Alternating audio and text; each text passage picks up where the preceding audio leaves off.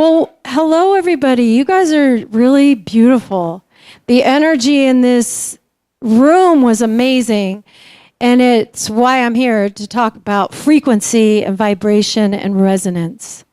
So when I walked in and just outside all the beautiful food and everybody was just smiling, I was thinking to myself, this is, Central Oregon is so unique. I travel around the country and I go to different communities, and my teacher, Joey Klein, he taught me and trained me. I trained with him for 7 years.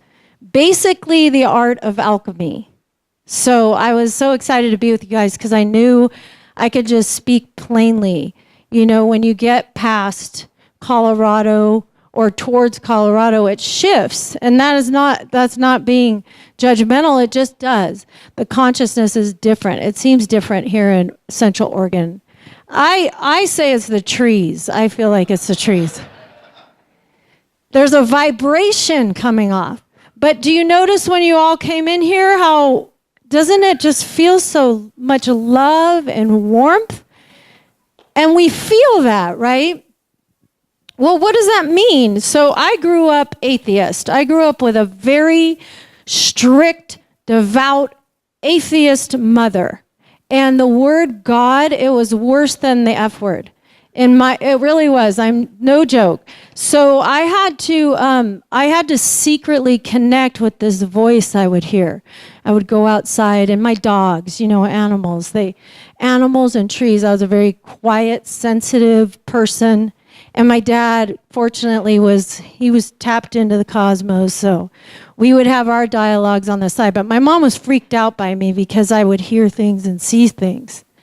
But it was cool now that I'm older to see that I didn't get imported information about what the soul is, what peace is, what love is. My mom was also extremely angry. She was angry at God. That's why it happened, because her mom died when she was 10, and they were strict Catholic and Jewish. So there was like that kind of fighting going on.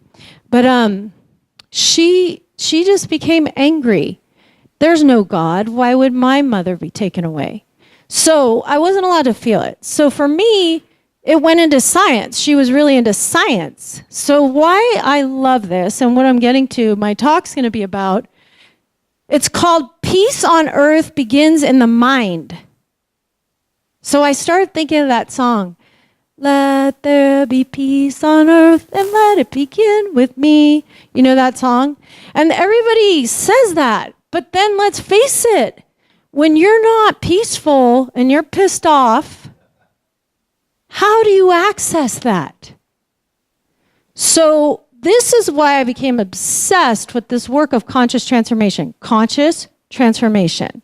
Because it had science backing, a lot of science. And I could relate the law of resonance to being love in the world. And I did grow up with hippies. My mom was a hippie. So I did have that part where they were like, we are one, we are love. And I never knew what that meant. So I got this work, and then I just saw, I get to use the law of universe to access God. To access a God that I wasn't allowed to know when I was little. And with this, I also got to create an incredible relationship with my mother. My mother was not a happy person, extremely abusive and angry, so I grew up in a very fearful state. And as I got older, I thought, I hate this woman. I really do. And it's okay to hate, you guys. It's okay to feel everything. But then I found this work, and what this work did was it brought me to a place of knowing that I have a choice. I could be love, I could be peace, and I can choose to be that no matter what is happening out there. Now that all sounds great, like I said, and we all want that. We all are that. We are that naturally. But how am I really going to embody the frequency of love and emanate that out and have an impact on the world versus the world having impact on me.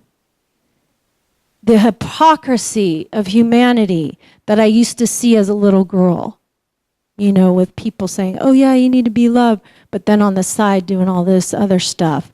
It used to drive me nuts.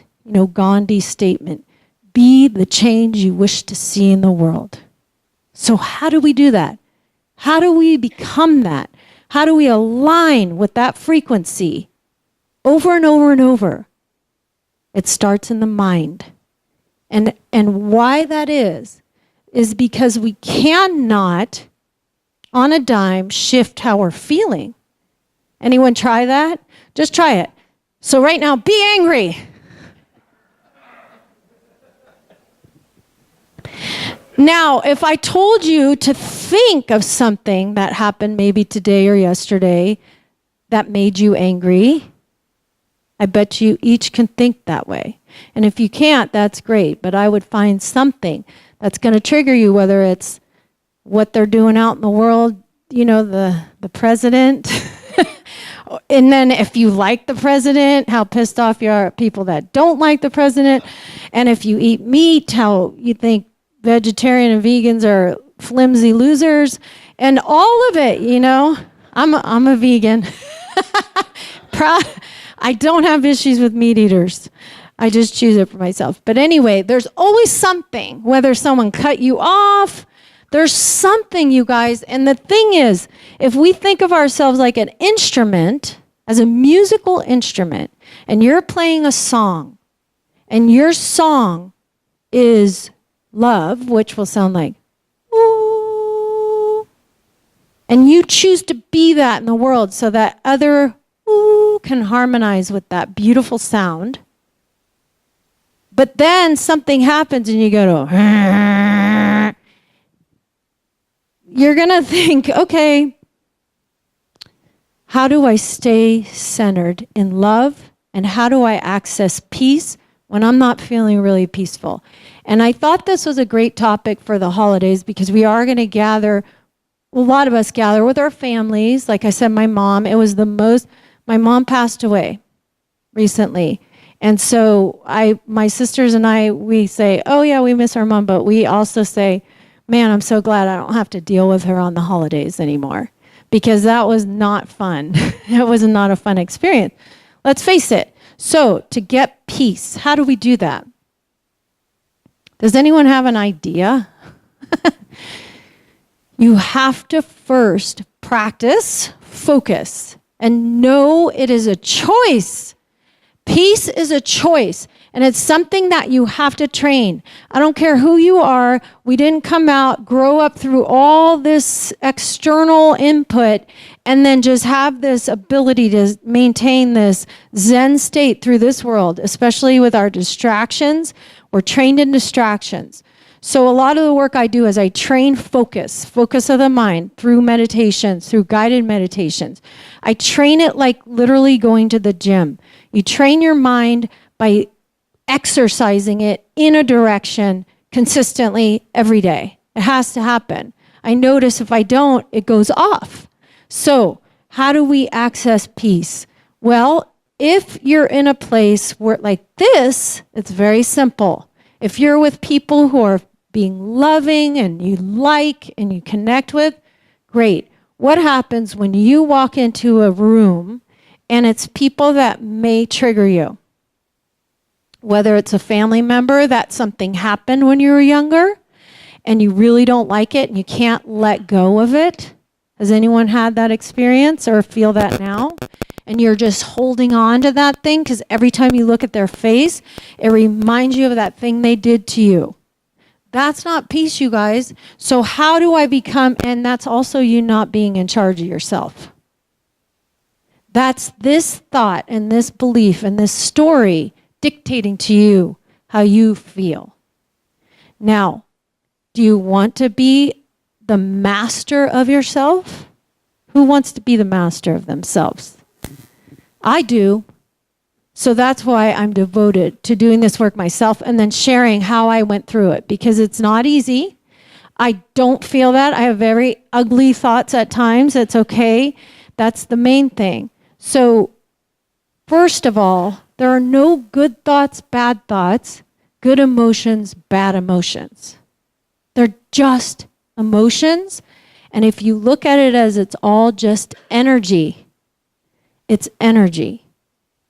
And if you allow the expression of an energetic wave, it's only about 90 seconds. So if you get to a place where you allow yourself to feel angry and have its expression, it's kind of like if you drop a stone in a lake and those waves go out. And you allow them to go out to the sand and dissipate, because that's what it does. If you allow that, then you access peace, which is your natural state. Now, how do I do that?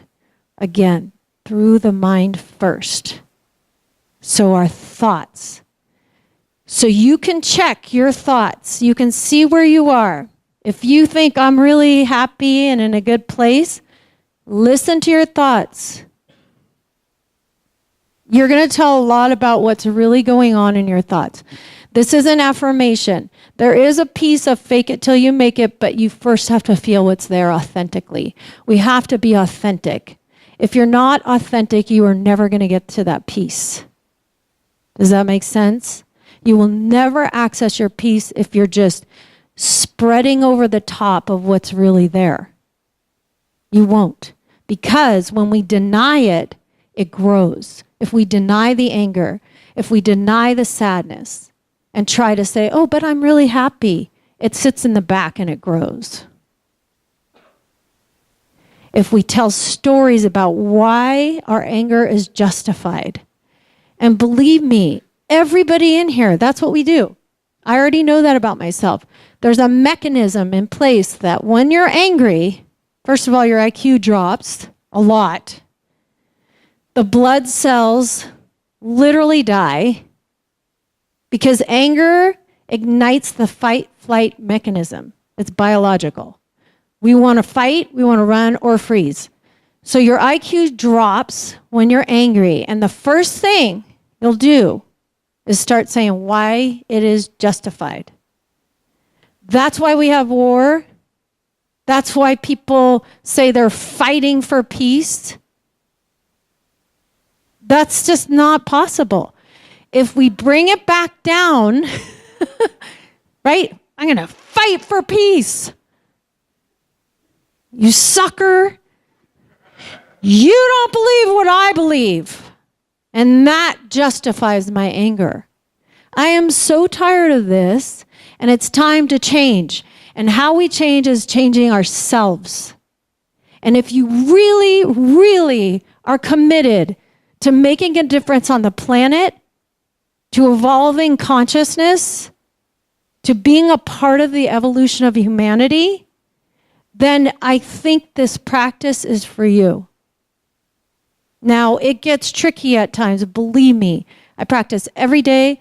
Like Jim was saying, I work with clients every day. I teach classes. I am in this work all the time. And I still have to practice. I still have to check my thoughts. I still have to constantly see what I am injecting into the collective field. But I'm committed. And through the course of my training, I have seen that this is why I'm alive. This is why I am here. And it's simply to be divine love. And to create through that energy, through that frequency. That's it. And I'm not going to nail it all the time. And it's okay. I'm a human being. And when I don't nail it, I keep my eyes really open and I see, how did I do it? What did I do well? And how can I improve? So the thoughts. So let's go back. When you're in a state, let's just give a scenario, okay? My mom, again, was a very angry person. She was a person that did have lots of justifications why her anger was okay, but other people's anger wasn't. I remember being a little girl and seeing all the legs. She'd always be at the rallies. You know, she was a devout Democrat and just angry. She was ERA, angry.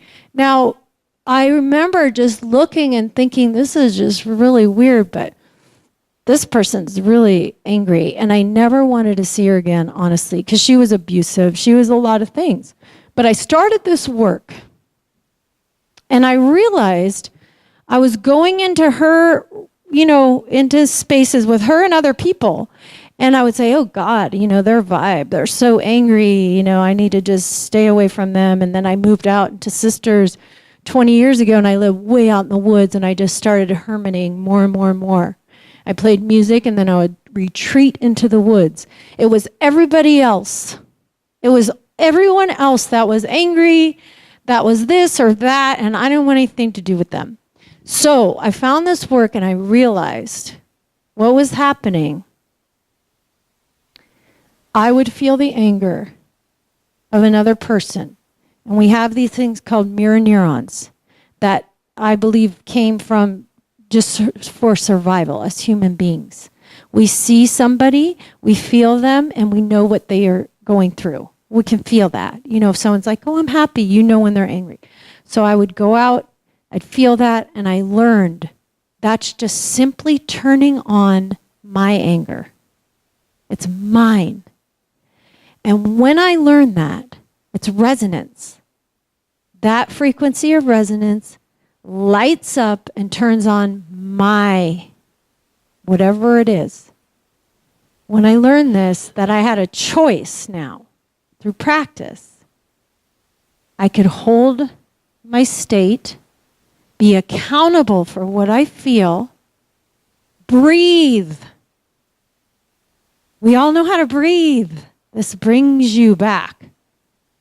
It actually readjusts the nervous system, and then I could choose the thoughts I wanted to have about the interaction. I could choose what I wanted to vibrate. When I learned that, I was free.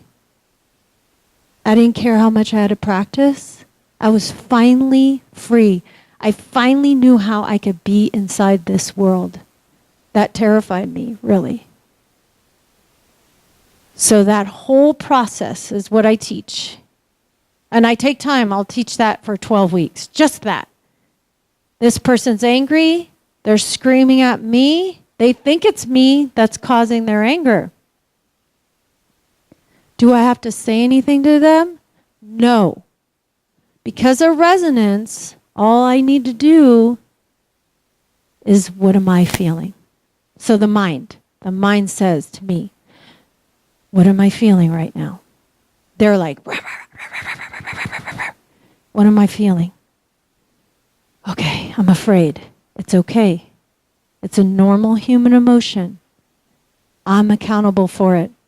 I have created this. Then I breathe. Reset the nervous system. Breathe again. Disengage the amygdala, the fight flight. Disengage it. And breathe and hold space and say, wow, whatever comes. Maybe they're really afraid right now. Maybe that person, something happened that I don't know of right now. I'm going to hold space here. I'm going to see this human being as not doing this because they're nasty or mean. It's just simply this is all they know. And I'm going to breathe and hold space. This person then, and this has happened to me many times because I trigger people's stuff. That's what I'm here to do, is that ignite stuff. Love ignites stuff. This person then is going to look. There's nothing coming back at them. There's no resonant energy coming back to explode that, right? So if you're holding space and you're breathing, someone's shooting rage at you, and you have the capacity through your training and practice to hold a space of love. That doesn't necessarily look like you're smiling, because if someone's pissed off and you're smiling at them, they're going to punch you in the face. That's not what that looks like. You got to tune in, and see what's going to serve this best. But at first, I was just like doing my work inside. But when they have nothing that's pushing against, it's literally just like this mirror that comes up. And then, I kid you not, every single time, that person will soften. Because a lot of times they don't even know that's the energy they're putting out, and people are pushing and they're pushing and everyone hates me, and why does everyone hate me? So then there's this opening. And this happened with my mother. I literally did not want to ever see her again. Because at that time, the meanest, nastiest, most angry person I've ever known. And I started doing this work. And then I looked at her. And I just started thinking about her life, that I had no idea what it was like to lose your mother at 10, have to become the mother, have to take care of your handicapped brother, have to take care of the household, all those things back then. And then I started seeing her as a human being that I wanted to know, because this was my lineage. And I started to relate to her. And I set an intention with my mind. I choose to know who my mom is, who she is, asking her about her life. I choose to have a deep connection with this woman who brought me here. Now, I'm not saying all of you need to do that, but this was my choice. I choose to have fun with her. I choose to laugh with her. And we did. And right as I did this work, she was diagnosed with cancer and had 6 months to live.